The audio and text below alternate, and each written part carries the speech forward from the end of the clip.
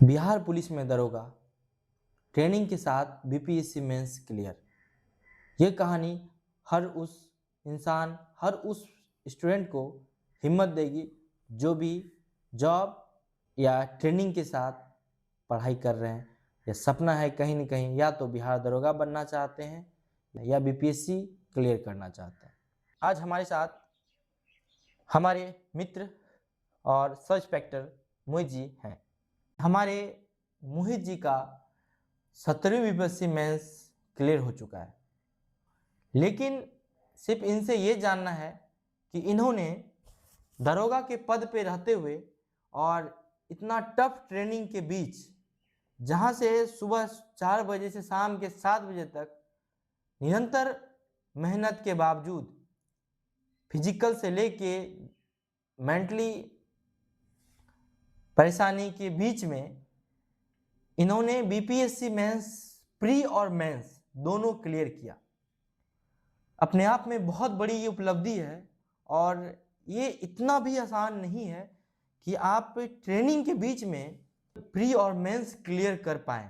मोहित जी, आप हमारे छोटे भाई सभी जो बिहार दरोगा और बीपीएससी के लिए तैयारी कर रहे हैं, तो आज आपसे कुछ जानना चाहते हैं जिससे आपसे प्रेरणा लेके शायद वो कुछ सीख पाए कि शायद अगर जीवन में कभी ऐसा कठिनाई आए और जहाँ से लगे कि शायद मेरे पास वक्त नहीं है और हमसे नहीं हो पाएगा और कठिनाई है, तो आपसे प्रेरणा लेके ये आगे मोटिवेट हो। शुरू से ही सपना था कि एक वर्दीधारी नौकरी, या तो वर्दीधारी नौकरी हो या फिर एक सिविल सर्वेंट के रूप में मैं कार्य करूं।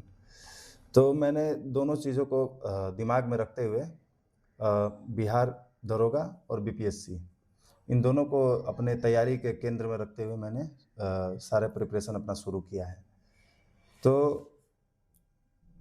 मैंने ज़्यादातर कोचिंग नहीं किया, मैंने सेल्फ स्टडी किया है। कोचिंग बस मैंने बीपीएससी का किया था, प्री का, मेंस का मैं कोचिंग नहीं कर पाया था, संसाधनों की अभाव था। तो सबसे पहले मैं बताऊं, मैंने दरोगा 1275 का जो दरोगा आया था उसमें एक सीट मैं हासिल करने में सफल रहा था। ये जर्नी आसान नहीं था। अगर मैं शुरुआत से बताऊं तो अपना दरोगा का अगर जर्नी बताऊं तो जर्नी आसान नहीं था, क्योंकि ये नौकरी मेरे लिए बहुत ही स्पेशल है। ये मेरी पहली नौकरी है और वर्दी की नौकरी है और एक जिम्मेदार पद है। तो ये वर्दी का ये जो नौकरी है मेरे लिए बहुत ही अहम बन जाता है। शुरुआत से ही सपना था कि नहीं, चलो लोगों की सेवा करना है, लोगों की सेवा कुछ काम आना है। तो उसमें दो ही चीज़ सबसे ज़्यादा मैंने आज तक बचपन से अभी तक देखते आया हूँ कि लोगों की सेवा करने में दो चीज़ें बहुत ही अहम थी। सबसे पहले एक वर्दीधारी, जिससे लोगों को बहुत उम्मीदें होती है। कुछ भी होता है समाज में तो सबसे पहले लोग पुलिस को ढूंढता है।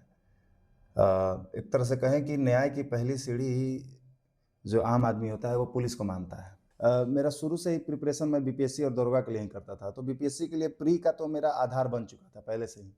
हम सब इंस्पेक्टर बन के आते हैं तो एक जीएस का बहुत बड़ा सेक्शन होता है सब इंस्पेक्टर में, तो मेरा आधार पहले ही बन चुका था। तो प्री के लिए कोई खासा उतना मेहनत नहीं करना पड़ा था मुझे अगर देखा जाए तो ट्रेनिंग के बाद जो सुबह 4 बजे उठते थे फिर शाम के 7 बजे तक टाइम मिलता था, उसके बाद ही 3-4 घंटा मैं निकालता था अपने लिए प्री के लिए। ठीक है, 3-4 घंटा मैं निकालता था। फिर जैसे ही प्री का रिजल्ट हुआ, मेंस की तैयारी की ओर गए, तो थोड़ा शुरुआत में सोचे कि भाई इतना हेक्टिक शेड्यूल है यहाँ पर, इतना बिजी शेड्यूल है, कैसे हम लोग तैयारी कर पाएंगे या तैयार हो पाएगा भी या नहीं हो पाएगा। तो ये चीज़ शुरुआत में बहुत है। शुरुआती दिनों में 10 दिन में थोड़ा कंफ्यूज भी रहा, लेकिन हाँ, अगर आप तैयारी करते हैं तो आपके पास एक रणनीति होनी चाहिए। सबसे बड़ी चीज़ होती है आपकी रणनीति, कि आप किस रणनीति पर कार्य कर रहे हैं। अगर आप कोई चीज़ लेकर चल रहे हैं तो उन चीज़ों को ऑर्गेनाइज्ड वे में आप कैसे लेकर चलेंगे। ये कोई भी चीज़ की तैयारी के लिए आपको लागू होता है, चाहे आप दरोगा की तैयारी करें या बीपीएससी की तैयारी करें। ये जो चीज़ें हैं वो हर चीज़ पर लागू होगा। मैं सोचता था कि नहीं, रात का कम से कम 3 से 4 घंटा मुझे अपना मेंस के लिए एकदम डेडिकेटेड रूप से देना है। मैं ज़्यादा नहीं सोता था, बस 4 से 5 घंटा हार्डली सोता था मैं। 5 घंटा तो बहुत हो गया, 4.5 घंटा एवरेज रूप से मैं सोता था। और तो मोहित जी, कब कभी ऐसा लगा कि अब हमसे नहीं हो पाएगा, शायद हमसे नहीं हो पाएगा या मेरा सिलेक्शन नहीं हो पाएगा या हम आगे पढ़ाई नहीं कर पाएंगे, कभी ऐसा महसूस हुआ?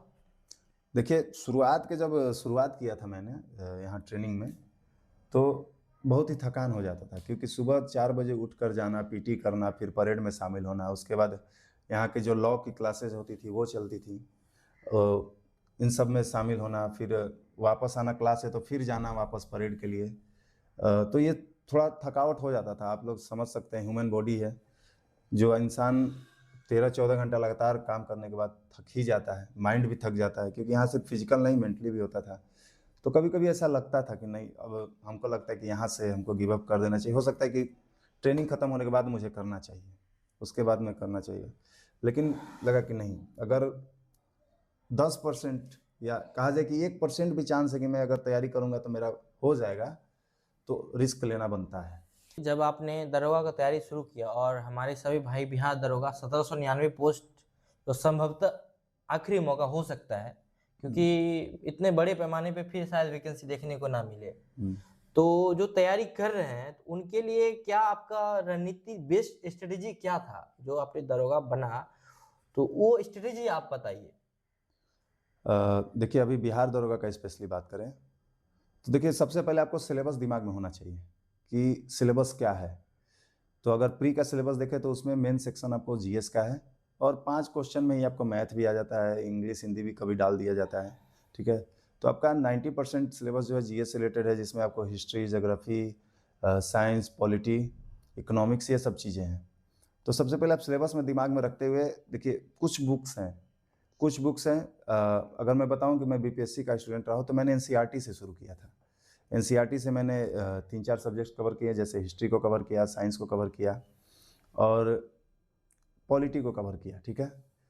और अगर देखा जाए एक्स्ट्रा में बुक्स, तो लूसेंट, ये आपका आधार होना चाहिए हमेशा। एक बिहार दरोगा के एस्पिरेंट के लिए हमेशा ही लूसेंट एक मेन बुक रहना चाहिए, उसको मेन सोर्स के रूप में रखा जाना चाहिए।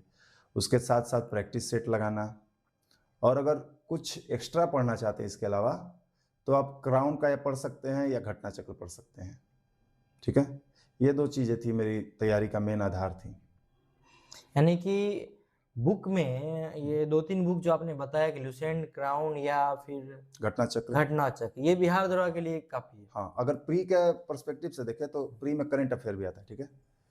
करंट अफेयर में आप स्पीडी या एडुटेरिया का करंट अफेयर फॉलो कर सकते हैं। करंट अफेयर 20 से 25 क्वेश्चंस आते हैं 100 में से, तो आपको इस पे बहुत ही सीरियस रूप से तैयारी करना चाहिए। मुझे लगता है कि अगर आप एग्जाम से पहले 4 से 5 बार करंट अफेयर को रिपीटेड मोड में पढ़ लेंगे तो बहुत ही बेनिफिट करेगा। प्री आपका फिर कोई नहीं रोक सकता है, अगर आप 25 क्वेश्चन में 20 क्वेश्चन भी करंट के कर लेते हैं तो। ये तो प्री की बातें हो गई, तो दरोगा फाइनल हम मेंस की बातें नहीं करते हैं। मेरिट 1799 में सेलेक्ट होने के लिए आखिर क्या करना चाहिए इन लोग को, जो सर फाइनल 1799 में इनका सिलेक्शन हो जाए? देखिए, नोटिफिकेशन में अगर आप बढ़िया से पढ़े होंगे तो उसमें लिखा है कि प्री जो है क्वालिफाइंग नेचर का है, ठीक है। इसका नंबर आपको मेरिट में नहीं जुड़ता है, मेन आपका मेंस होता है, ठीक है। तो मेंस पे ही आपका मेरिट बनेगा। फिजिकल भी क्योंकि क्वालिफाइंग होता है, फिजिकल पे नंबर नहीं बनता है। तो आपको मेंस को एकदम, ये नहीं कि हमको मेंस क्वालिफाई करना है इसके लिए पढ़ना है, मेरिट में आने के लिए मेंस को पढ़ना है। तो देखिए, 25 क्वेश्चन जो होते हैं मैथ रीजनिंग के होते हैं, तो आपको प्री के टाइम से ही मैथ रीजनिंग बनाते रहना चाहिए। अगर आपका मैथ रीजनिंग पहले से मजबूत है तो बहुत अच्छा है, फिर तो आपको जीएस के सेक्शन पर कार्य करना चाहिए। लेकिन अगर आपका जीएस अच्छा है, मैथ रीजनिंग कमजोर है, तो आपको मैथ रीजनिंग पर विशेषकर जोर देना चाहिए। मेंस में आपको ज़्यादा समय नहीं मिलता, इसलिए क्योंकि हम लोग के टाइम तो मात्र 25 दिन मिला था मेंस के लिए, तो मेंस के लिए आपको ज़्यादा